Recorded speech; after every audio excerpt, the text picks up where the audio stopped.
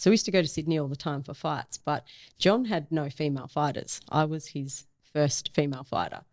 And he didn't really know what to do with me because he'd only ever had the boys. And it's like a $1 million baby right here with Clint Eastwood and Hilary Swank. The funniest thing is that the first time I actually was proper sparring with one of the boys, I don't know if you've ever had that feeling, anyone listening or watching, that if you do get punched in the face for the first time, it doesn't necessarily hurt. It's more of a shock.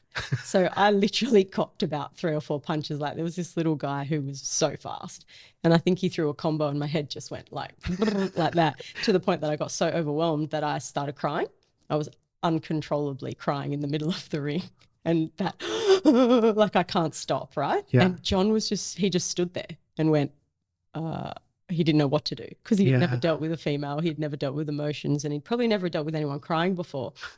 And I guess that's going to make or break you, right? And I don't know, I just shook it off and kept going.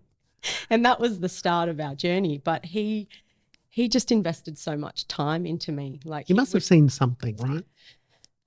I don't know. I guess I was 18. I was oblivious. I wasn't present. I was in my ego. I had no awareness back then. It's just what I did. But he must have seen something in you for him to invest his time. Maybe. Yeah, obviously, yeah. But because he would get up at 6.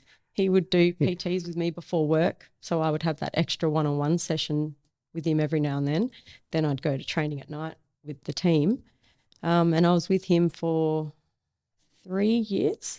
Wow. And it was my 7th fight that was the determining factor for me, and I switched over to boxing.